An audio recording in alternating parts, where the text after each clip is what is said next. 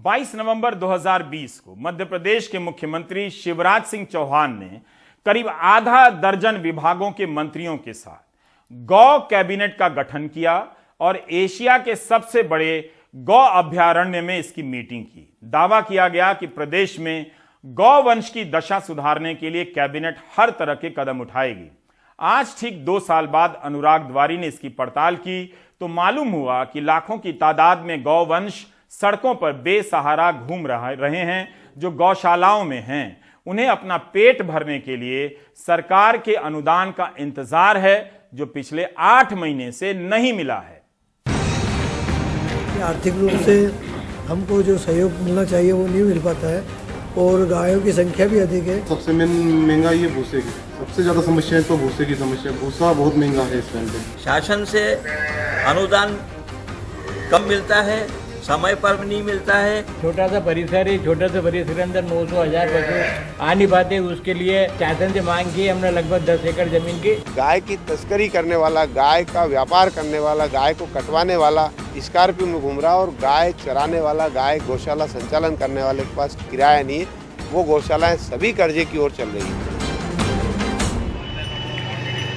सड़क के बीच में, सड़क के किनारे, कूड़े के ढेर पर, दिन में या फिर रात में, मध्य प्रदेश के हर हिस्से में आपको गाय दिखाई देगी। लाखों की तादाद में मौजूद गोवंश की सरकार कितनी फिक्र कर रही है, इसको देखने हम मध्य प्रदेश की राजधानी भोपाल से 200 किलोमीटर दूर आगर मालवा पहुंचे। माधव गौशाला साल 1926 में बनी यह गौशाला अपने 100 साल पूरे करने जा रही है। यहाँ 300 गाय की क्षमता है, मगर क्षमता से करीब 3 गुना यानी लगभग 900 गाय यहाँ मौजूद है। जिला मुख्यालय पर स्थित इस गौशाला में गायों को देखभाल के लिए भूसा, चारा, मजदूरी, बीमार गायों को इलाज के लिए हर महीने लाखों रुपए खर्च होते हैं। अनुदान के नाम पर सरकार की तरफ से 20 रुपए प्रति गाय दिया जाता है, वो भी पिछले 8 महीने से नहीं मिला।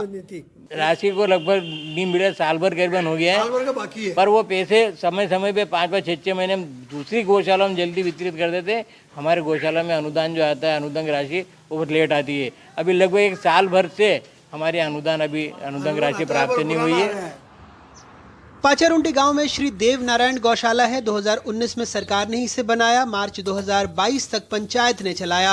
अब ईश्वर सिंह यादव इसे संभालते हैं, लेकिन पिछले 8 महीनों से अनुदान नहीं मिला है।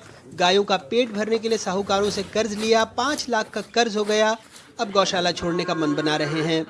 हमने 1 अप्रैल 2022 से जब चल रहे तो अभी तक 1 रुपये भी हमारे हाथ में कुछ भी नहीं आया है। और अनुदान की राशि जो 20 रुपये प्रति गाय के हिसाब से मिलती है, उसमें गौशाला का पूरा मैनेजमेंट देखना है, यहाँ काम करने वाले वर्करों की सैलरी और भूसा, और उसमें कुछ 15% 20% पैसे की खली भी खिलानी है।